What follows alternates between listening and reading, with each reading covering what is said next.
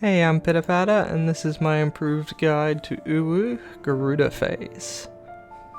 So you start the fight by pulling the boss, as you do, of course, and she's going to use Slipstream. Slipstream is an avoidable tank buster, so the tank can just run through the boss, wait for the cast to finish, and then run back in front of the boss. While this is happening, one of the healers will be marked with a green marker that you can see here above their head. This means that they will be targeted by Mistral's Song, and this needs to be intercepted by the off-tank to block the damage. This also leaves behind a giant tornado AoE on the ground, and it will kill you if you stand in it, so be sure not to do so. Here's another perspective that I'll show you now. It is much more common to have the healers stand off to one side, rather than having everyone stacked as a group. While the AoE is still pulsing, several satin plumes adds will spawn, and a single spiny plume add will also spawn. It is important that you have the off-tank provoke, or is otherwise the first person to hit the spiny plume, as it will apply a stacking thermal low debuff whenever it auto-attacks them. And you require 2 of these stacks to complete following mechanics, so be sure to slow DPS if necessary.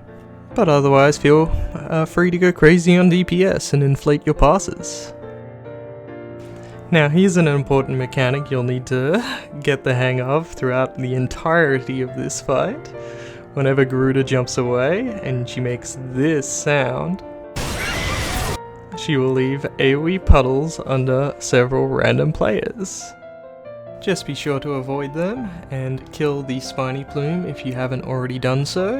You need to kill it before your tank gets 3 stacks of thermal low. 3 stacks will result in a wipe. And Garuda will reappear in the center and begin casting Mistral Shriek, which is heavy damage, so be sure to mitigate. Alright, this part here is really important and has quite a lot going on, so I'll try and do my best to explain it. When the spiny plume dies, it leaves behind this green puddle that you can see here, and whenever someone steps into it with the thermal low debuff, it will explode that debuff and deal damage corresponding to the number of stacks. Whenever a 2-stack thermal low is exploded, it will apply an ethereal charged debuff to Garuda. And to complete what is known as the Awakening mechanic, we need Garuda to have 4 of these ethereal charged debuffs. Once everyone is safely topped from the Mistral Shriek, have your off-tank quickly step into the puddle to cleanse his 2 stacks. Garuda will then begin casting Friction, which will target a random player and do a small AoE around them. Anyone hit by this AoE will receive a thermal low stack. For this first friction cast, you can have everyone stand in the circle, except you need to have 3 players standing outside. These 3 players are usually your 2 melee DPS and a tank.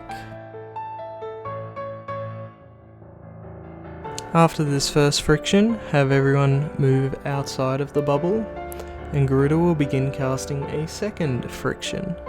It is important for much later in the fight that both your healers, one of your ranged DPS, and one of your tanks to have a single stack of thermal low. After this second friction, you can have 2 of the players who stayed out for both frictions, usually your melee DPS, take turns stepping into the puddle to explode their stacks. And this in turn will give Garuda 2 additional stacks of the etherically charged debuff, putting her at a total of 3. Remember that to successfully complete this phase, we need to have her at 4 stacks to be considered awoken.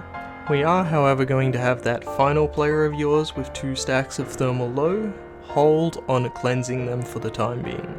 Now the timing on all of this is quite tight and the healing is quite harsh. But even if you don't cleanse all of your stacks successfully, you can continue practicing the rest of this phase, and even through Ifrit and Titan, before you reach a wall where you can't progress without having awoken Garuda successfully.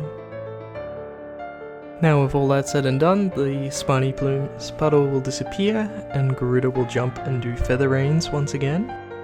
This is followed by some more AoE to mitigate.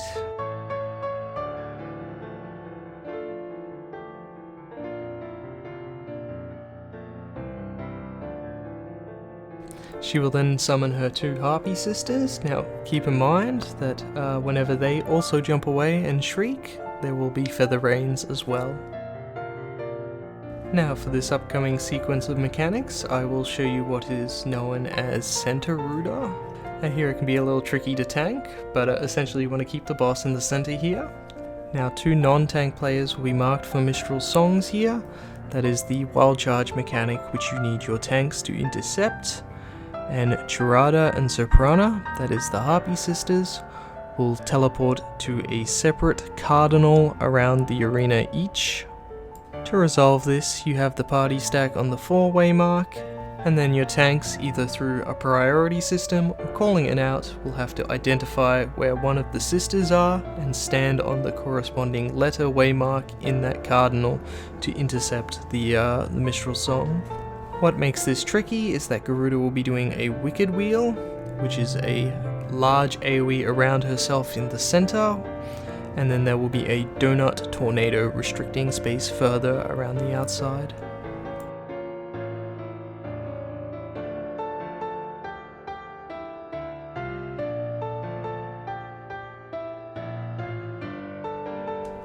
Several satin plumes will spawn here and just stack in the center so that they all come to you, and you can just burn them down freely, no need to hold DPS this time at all.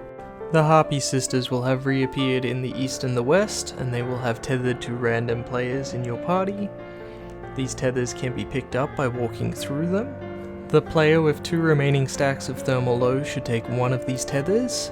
The other tether can be taken by anyone with a single stack of Thermal Low, keeping in mind that you want to keep both your healers and one of your tanks, as well as a ranged DPS, with 1 Thermal Low stack for much later in the fight.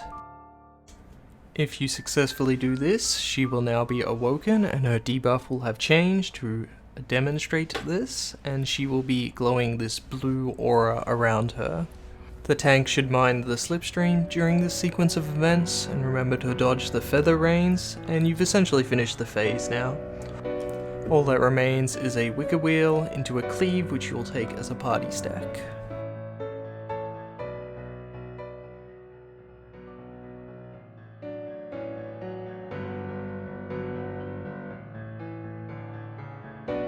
And I think to end this guide off, this here would be my waymark recommendations. Thank you so much for watching.